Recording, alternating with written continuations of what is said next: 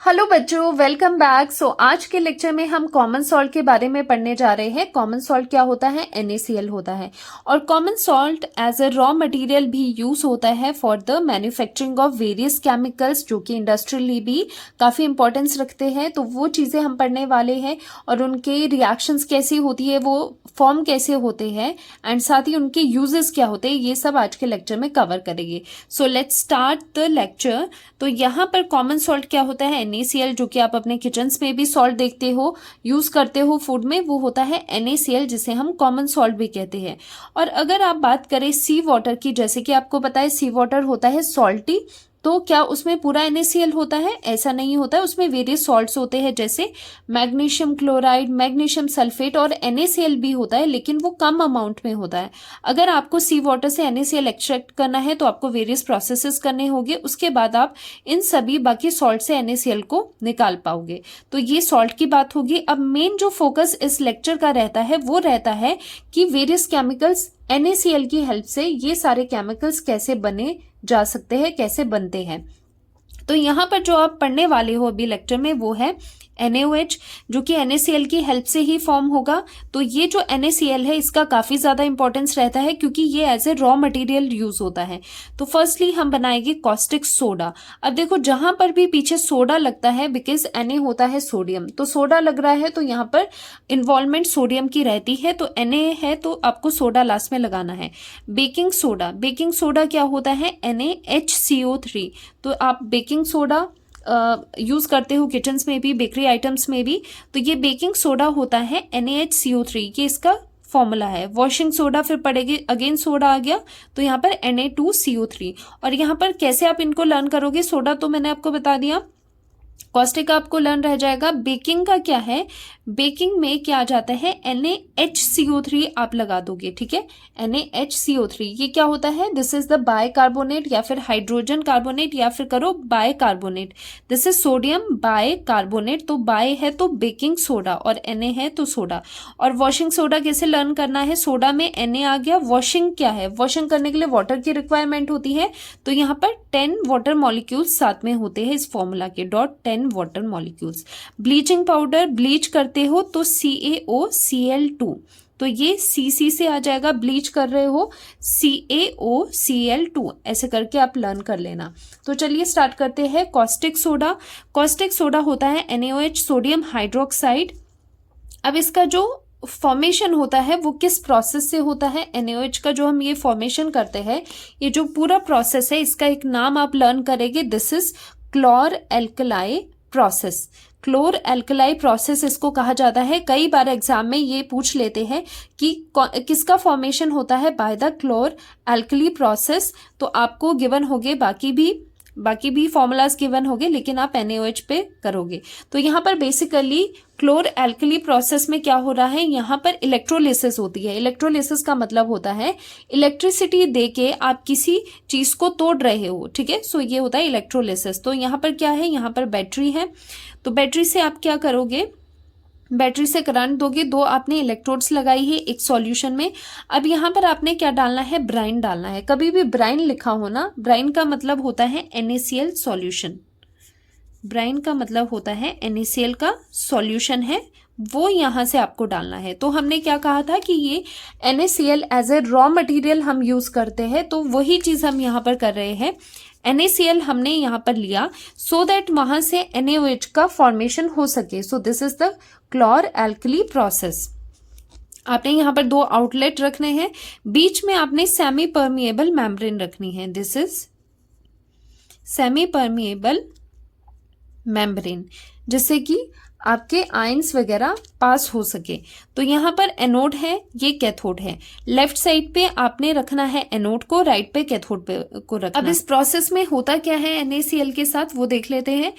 NaCl react करता है, क्योंकि ये आप एक्वस ले रहे हो, EQ लिख लो, एक्वस है क्योंकि ब्राइन सॉल्यूशन है, ब्राइन है, प्लस वाटर ले लेते हैं साथ में, क्योंकि ये वाटर के प्रेजेंस में है। ये इसके साथ रिएक्ट करेगा और इलेक्ट्रोलिसिस हो रही है। सो इलेक्ट्रिक करंट हम पास करते हैं। इलेक्ट्रिक करंट हम पास करते हैं तो क्या होता है, ये टूट जाता है, NaCl टूट जाता है। तो इसके जो प्रोडक्ट्स आफ्टर द इलेक्ट्रोलिसिस बनते हैं, Na का NaOH बन जाता है which is the caustic soda, जिसकी हमें रिक्वायरमेंट थी, जिसके लिए ये हमने पूरा प्रोसेस किया है। साथ ही में दो तरह की गैसेस निकलती है। अब Cl से Cl2 गैस निकलेगी और साथ ही में यहाँ पर हाइड्रोजन है तो H2 गैस भी निकलती है। और साथ ही में आपको ये देखना है कि ये कहाँ कहाँ पर निकलेगी, ये भी इम्पॉर्टेंट हो जाता है। जो हाइड्रोजन गैस है वो एट कैथोड निकलती है, क्लोरीन गैस और NaOH जो है वो भी कैथोड पे निकलता है। तो दोनों NaOH एंड हाइड्रोजन गैस दोनों ही कैथोड पर निकलते हैं और जो क्लोरीन है वो कहाँ पर लिबरेट होती है, एट एनोड। ठीक है, एट एनोड वो आपको देखने को मिलेगी। तो ये मेन रिएक्शन है कॉस्टिक सोडा के फॉर्मेशन की, या फिर पूछ सकते हैं क्लोर एल्कली प्रोसेस की रिएक्शन क्या है। तो ये वाली रिएक्शन आप दे देना, ये एक इलेक्ट्रोलिसिस है। तो यहाँ पर फॉर्मेशन होती है NaOH की, कॉस्टिक सोडा की, क्लोरीन गैस की, हाइड्रोजन गैस की। अब यहाँ पर आप कैसे लर्न करोगे कि कैथोड की कहाँ पर है और कैथोड पे क्या चीज़ें निकल रही है। तो देखो, जब आपने लिखना है कैथोड, आप लिखोगे कैथोड। कैथोड पे आप एक चीज देख रहे होगे, यहाँ पर जो कैथोड है उस पर क्या है, हाइड्रोजन है, H बीच में है ना, तो मतलब कि कैथोड पे एक तो हाइड्रोजन गैस निकलेगी। ठीक है, ऊपर से कैथोड का इंपॉर्टेंस ज्यादा होता है, इसलिए आपका जो मेन प्रोडक्ट है कॉस्टिक सोडा, कॉस्टिक सोडा भी किससे है, C से है। कॉस्टिक सोडा, कॉस्टिक सोडा होता है NaOH, वो भी C से ही आता है। तो ये NaOH भी कहाँ पर लिबरेट होगी, कैथोड पे ही लिबरेट होगी। तो ये जो NaOH है ये निकलेगा कहाँ पर, ये निकलेगा कैथोड पे। अब इसके अलावा क्या बच गया है, क्लोरीन है, वो तो ऑब्वियस है, वो एनोड पे ही जाएगा। ऐसे आप इन चीज़ों को लर्न कर सकते हो। और जहां तक की बात रही साइन की, साइन आप कैसे देखोगे, सिंस यहाँ पर कैथोड पे हाइड्रोजन लिबरेट हो रही है, तो हाइड्रोजन में बीच में आप ये साइन लगा रहे हो ना, माइनस का, ये साइन लगाते हो, फिर हाइड्रोजन बनाते हो, तो ये ही साइन आता है कैथोड पे विच इज नेगेटिव साइन। तो इसका ऑपोजिट एनोड पे आप पॉजिटिव कर लेना। इस तरह से कुछ ट्रिक करके ये सब चीजें आप लर्न कर देना। अब जब इलेक्ट्रोलिसिस होती है, जब ये टूटती है, NaOH जो NaCl है वो जब टूटेगा तो उसमें से क्या होगा, सिंस यहाँ पर ये नेगेटिव है, नेगेटिव साइड है, ये बैटरी नेगेटिव है, तो ये कैथोड क्या है, कैथोड पूरा आपका नेगेटिव है यहाँ पर। तो इसकी तरफ क्या जाएंगे, पॉजिटिव आइंस जाएंगे। जैसे सॉल्यूशन में जो H पॉजिटिव है वाटर के, या फिर Na पॉजिटिव है NaCl का, वो मूव करेगा कैथोड की साइड, और दूसरा जो Cl नेगेटिव, OH नेगेटिव, जो नेगेटिव आइंस है वो पॉजिटिव टर्मिनल की तरफ जाएंगे, मतलब एनोड के तरफ जाएंगे। इसीलिए यहाँ पर क्लोरीन गैस निकल रही है, ये कौन सी साइड है, एनोड की, और कैथोड की साइड पे हाइड्रोजन गैस निकल रही है, साथ में यहाँ पर NaOH भी निकल रहा है। तो यहाँ पर कॉस्टिक सोडा भी बनता है, C से कॉस्टिक सोडा भी बनता है, और यहाँ पर H भी है, तो यहाँ पर हाइड्रोजन गैस भी निकल रही है। अब इनके यूजेस देख लो कि जो क्लोरीन गैस, ये इतना अच्छा प्रोसेस है ना, क्लोर एल्कली प्रोसेस, क्योंकि इसमें जो भी आपके पास प्रोडक्ट्स मिल रहे हैं सबके बहुत ही अच्छे अच्छे और फैंटास्टिक यूजेस है, कोई भी वेस्ट नहीं जाएगा, सभी इंडस्ट्रियली बहुत ही ज्यादा इंपॉर्टेंस रखते हैं। जैसे कि क्लोरीन गैस यहाँ पर निकल रही है, यहाँ पर आप देख पा रहे हो क्लोरीन गैस निकल रही है, वो भी यूज होती है। क्लोरीन गैस का यूज होता है वाटर ट्रीटमेंट के लिए, एज डिसइंफेक्टेंट ये यूज होते हैं। ठीक है, और ये पेस्टिसाइड्स में भी क्लोरीन गैस यूज होती है। आपने देखा होगा स्विमिंग पूल में भी उसको डिसइंफेक्टेंट की तरह वहां पर यूज करते हैं क्लोरीन गैस को, सो दैट पूरा जो पूल है वो जर्म्स फ्री हो जाए, सही से रहे। तो क्लोरीन गैस के यूजेस यहाँ से आप बता सकते हो। हाइड्रोजन गैस के तो यूज आपको पता ही है, hydrogen gas as a fuel use होता है। अमोनिया की फॉर्मेशन में हैबर्स प्रोसेस हमने करा था, शायद आपने नहीं किया होगा। अमोनिया की जो फॉर्मेशन होता है NH3 होता है अमोनिया, तो उसमें भी हाइड्रोजन की ज़रूरत होती है। कई फर्टिलाइजर्स बनाने में भी हाइड्रोजन का यूज़ होता है। और थर्ड वन था हमारा NaOH, जो कि होता है कॉस्टिक सोडा, जिसके लिए ये पूरा प्रोसेस आपने किया है, वो यूज़ होता है NaOH सोप में, बेकिंग सोडा को बनाने में, जो कि अभी आप आगे पढ़ोगे, पेपर इंडस्ट्रीज में पेपर बनाने में, इन सब की मैन्युफैक्चरिंग में NaOH का काफ़ी यूज़ रहता है, इसलिए हमने ये चीज़ यहाँ पर कवर। नेक्स्ट आता है ब्लीचिंग पाउडर। ब्लीचिंग पाउडर है CaOCl2। अब इसका फॉर्मेशन कैसे होता है, इसका रिएक्शन आप लर्न करेंगे। इसका रिएक्शन रहता है कि आपको लेना है slaked lime, CaOH whole twice, this is the slaked lime, जिसे हम कहते हैं कैल्शियम हाइड्रोक्साइड। इसका रिएक्शन होगा क्लोरीन गैस के साथ, वही वाली गैस जो कि आपने पीछे प्रोसेस में जो निकली है NaCl की हेल्प से निकली है। तो आप देख सकते हो जो ब्लीचिंग पाउडर है उसका फॉर्मेशन भी with the help of NaCl ही हो रहा है, क्योंकि जब हमने NaCl का इलेक्ट्रोलिसिस किया तो one of the product was Cl2, तो chlorine gas was one of the product. तो यहाँ पर Cl2 क्लोरीन गैस इसके साथ रिएक्ट करके क्या करता है, इसके साथ रिएक्ट करके ये बनाता है ब्लीचिंग पाउडर, CaOCl2 ये बना देता है ब्लीचिंग पाउडर, प्लस वाटर यहाँ से निकल जाता है। सो this is the slaked lime, ये लिख लेते हैं स्लेक्ड लाइम। तो ये पूछ सकते हैं कि ब्लीचिंग पाउडर का फॉर्मेशन किससे होता है, ऑप्शन दे देंगे आपको, स्लेक्ट लाइम भी लिखा होगा तो स्लेक्ट लाइम करेक्ट रहेगा। तो आपको इसके नेम भी पता होने चाहिए। इस तरह से ये फॉर्मेशन होती है, this is the bleaching powder. और ब्लीचिंग पाउडर के अगर हम यूजेस देखें तो वैसे भी मुझे ज़्यादा बताने की ज़रूरत नहीं है, आपको पता ही है ब्लीचिंग पाउडर का सबसे बड़ा यूज़ होता है क्लोथ्स को ब्लीच आउट करने के लिए, उनको साफ करने के लिए, ठीक है। तो जैसे bleaching powder is use to bleach the washed clothes, ठीक है, जो आपके क्लोथ्स आपने वॉशिंग के लिए दिए उसको, उसके बाद उनको ब्लीच किया जाता है सो दैट वो पूरे के पूरे साफ हो जाए, एकदम वाइट हो जाए। तो यहाँ पर है for bleaching cotton and linen in textile industries, जो टेक्सटाइल इंडस्ट्रीज होती है वहाँ पर कॉटन और लिनन के आर्टिकल्स को ब्लीच करने के लिए यूज़ होते हैं। जो वुड पल्प होता है, पेपर इंडस्ट्री में भी इसका यूज़ होता है। जो पेपर होता है वो कैसे बनता है, वुड से बनता है, वुड का जो पल्प होता है उसको ब्लीच किया जाता है फिर पेपर बनता है, वहाँ पर भी ये यूज़ होता है। एज ऑक्सीडाइजिंग एजेंट, ये एक अच्छा ऑक्सीडाइजिंग एजेंट में भी आता है, तो as a oxidising agent use होता है। To make drinking water free from germs, तो जर्म्स फ्री बनाने के लिए ड्रिंकिंग वाटर को भी ये डाला जाता है ब्लीचिंग पाउडर। तो ये इसके यूजेस थे। अब नेक्स्ट देखते हैं बेकिंग सोडा, और जो ये यूजेस भी मैं करवा रही हूँ इसको भी एक बार गो थ्रू हो जाना, आपके माइंड में होना चाहिए, कई बार इनडायरेक्टली क्वेश्चन पूछ लेते हैं। अब नेक्स्ट है बेकिंग सोडा।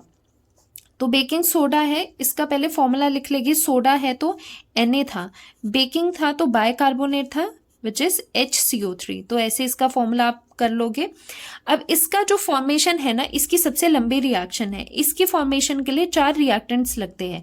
तो फर्स्ट क्या होता है, ऑब्वियसली NaCl से ही मिलकर के बनेगा। NaCl के साथ आप क्या लेते हो, यहाँ पर हाइड्रोजन का H2O आ जाएगा, कार्बोनेट है तो कार्बोनेट है तो कार्बन डाइऑक्साइड तो होगा ही, कार्बन डाइऑक्साइड के साथ साथ यहाँ पर अमोनिया भी होती है, तो ये थोड़ा डिफरेंट हो गया कि यहाँ पर अमोनिया भी होती है। तो यहाँ पर क्या होगा, ये रिएक्ट करके बनाएंगे NH4Cl plus NaHCO3, so this is the baking soda. तो ये बन गया आपके पास, जैसे ऊपर था यहाँ पर bleaching powder, this is was bleaching powder जो कि आपको चाहिए था। यहाँ पर हमने फॉर्मेशन करी NaHCO3 की विच इज बेकिंग सोडा, इसकी फॉर्मेशन हुई, ठीक है।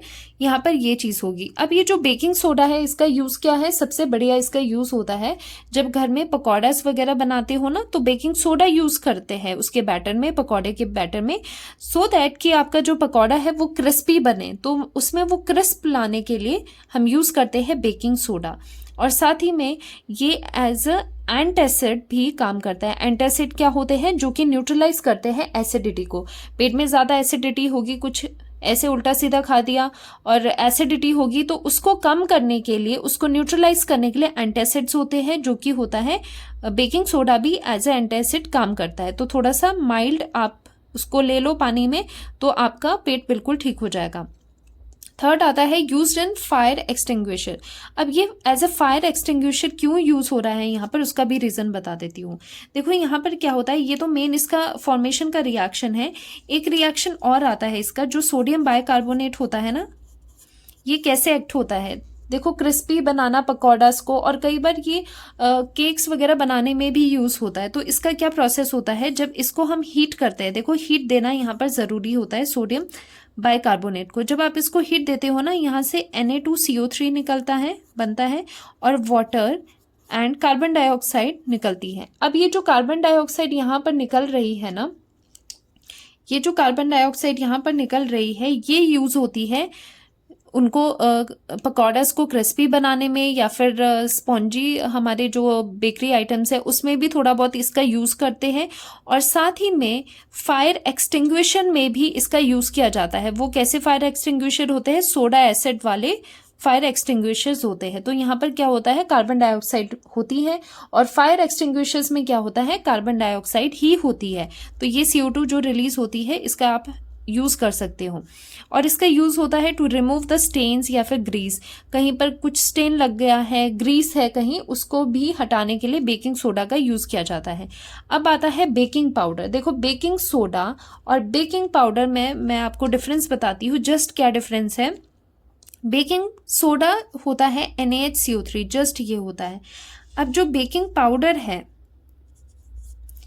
बेकिंग पाउडर जो है वो कैसे मिलकर के बना है? वो है mixture of baking soda and tartaric acid या फिर कोई भी माइल्ड एसिड, और स्टार्च भी वैसे होता है लिखा, फिलहाल आप इतना ही करो। जो बेकिंग सोडा और बेकिंग पाउडर में डिफरेंस है वो क्या है? बेकिंग सोडा में होता है सिर्फ सोडियम बाइकार्बोनेट।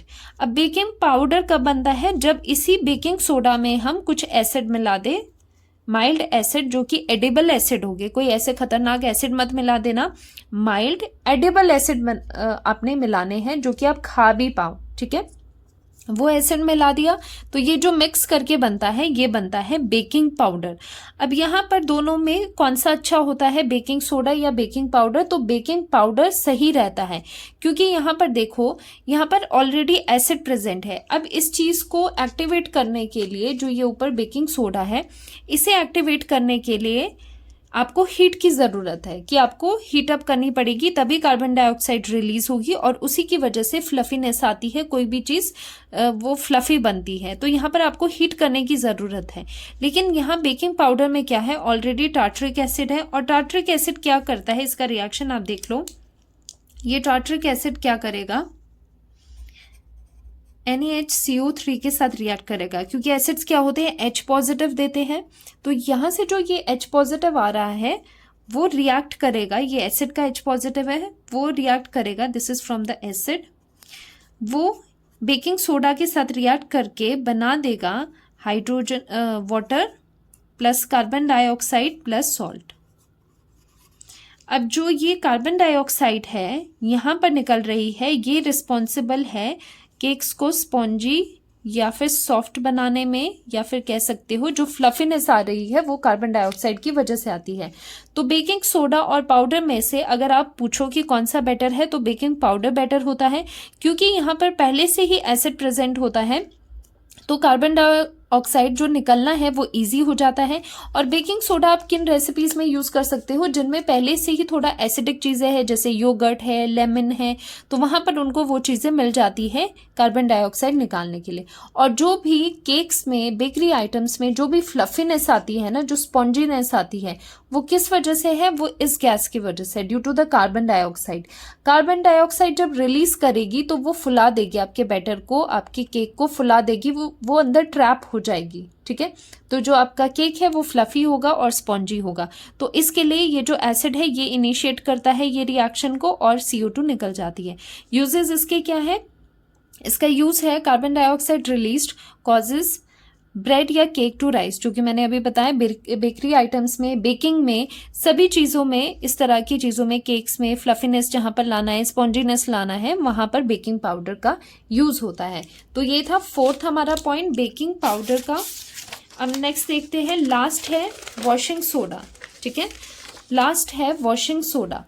तो वॉशिंग सोडा का आपको फॉर्मूला मैंने बताया था, Na2 सोडा है तो सोडियम आएगा, Na2CO3 तो ये कार्बोनेट होता है, Na2CO3 डॉट 10 वाटर मॉलिक्यूल्स। अब यहाँ पर 10 वाटर मॉलिक्यूल्स क्यों लिखे हैं, क्योंकि ये वॉश करने के लिए आपको वाटर चाहिए ना, इसे लर्न कर दो, वॉश करने के लिए वाटर चाहिए, तो ये वॉशिंग सोडा का फॉर्मूला हो जाता है।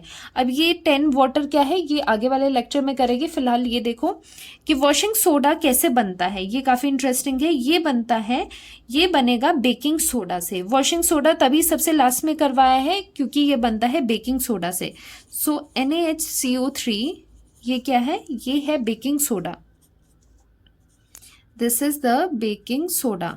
बेकिंग सोडा की हेल्प से आप बनाते हो। आपको क्या करना है, पहले इसे हीट कर देना है। जब ये हीट होती है, हमें पता है कार्बन डाइऑक्साइड एंड वाटर निकलता है, साथ में सॉल्ट बनता है, तो सॉल्ट बनेगा Na2CO3 प्लस वाटर निकलेगा एंड कार्बन डाइऑक्साइड भी निकल जाएगा। अब ये वाली जो चीज़ है, ये वाली चीज़ Na2CO3 जो यहाँ पर बन रहा है Na2CO3, इसका रिक्रिस्टलाइजेशन करवा देते हैं। मतलब यहाँ पर 10 वाटर मॉलिक्यूल्स के साथ ये रिएक्ट होता है और बना देता है अपना formula Na2CO3 dot 10 water molecules. तो ये प्रोसेस क्या है, दिस इज द रिक्रिस्टलाइजेशन, जिसमें दोबारा से क्रिस्टल्स बनते हैं और ये क्या हो जाते हैं, वाटर मॉलिक्यूल्स भी इसके साथ रह जाते हैं। सो दिस इज, इसका फॉर्मूला क्या बोल सकते हो आप, sodium carbonate. Sodium carbonate decahydrate, hydrate मतलब वाटर, डेका मीन्स 10, तो यहाँ पर 10 वाटर मॉलिक्यूल्स इसके साथ है। तो यहाँ से आपके पास आ गया ये वॉशिंग सोडा। तो वॉशिंग सोडा किससे मिलकर के बनता है, ये बनता है बेकिंग सोडा से। बेकिंग सोडा को हीट करोगे, हीट करके ये सॉल्ट बनता है, यही सॉल्ट रिपीट होके ये जो सॉल्ट बनता है, यही इसी में ही आपने वाटर डालना होता है तो वॉशिंग सोडा बन जाता है। अब इसके यूजेस देखते हैं। वॉशिंग सोडा का यूज ऑब्वियसली सोप इंडस्ट्री में, पेपर, ग्लास इंडस्ट्री में होता है। मैन्युफैक्चरिंग ऑफ सोडियम कंपाउंड्स, जो भी सोडियम कंपाउंड्स है उनको बनाने के लिए इसका यूज किया जाता है, जैसे कि बोरेक्स हो गया। लास्टली आता है to remove the permanent hardness of water. This is very important और ये पूछा जाता है कि कौन सा केमिकल यूज होता है to remove the permanent hardness of water, वो होता है वॉशिंग सोडा। तो ये आप बिल्कुल स्टार लगा देना, बिल्कुल आप यहाँ पर इसे लर्न कर। तो ये कुछ एक केमिकल्स आज हमने पढ़े थे जिनका ओरिजिन था NaCl। NaCl से ही ये चीज़ें हमने डिराइव करी है, बनाई है। तो ये सारे ही जो केमिकल्स है, पहली बात आप इनके फॉर्मूलाज लर्न करोगे, इनकी जो रिएक्शंस है, इनका फॉर्मेशन है, वो वाली रिएक्शंस भी आप लर्न करोगे। साथ ही में एक एक यूज तो आपको पता ही होना चाहिए, या फिर जो यूजेस है उससे एक बार गो थ्रू हो जाना, क्योंकि रिवर्स करके आपको क्वेश्चन पूछ सकते हैं कि ये किसका यूज है। ठीक है, तो ऐसे करके भी क्वेश्चन पूछ सकते हैं। तो आज के लेक्चर में इतना ही। अब आता है आपका एक लास्ट लेक्चर जो कि वाटर ऑफ क्रिस्टलाइजेशन पर रहने वाला है। तो नेक्स्ट लेक्चर में आपका पूरा ये चैप्टर खत्म हो जाएगा। आई होप अभी तक आपने अच्छे से लर्न किया है जो भी चीज़ें मैंने पढ़ाई है। तो मिलते हैं नेक्स्ट लेक्चर में, अच्छे से पढ़ाई कीजिए। Bye bye, take care.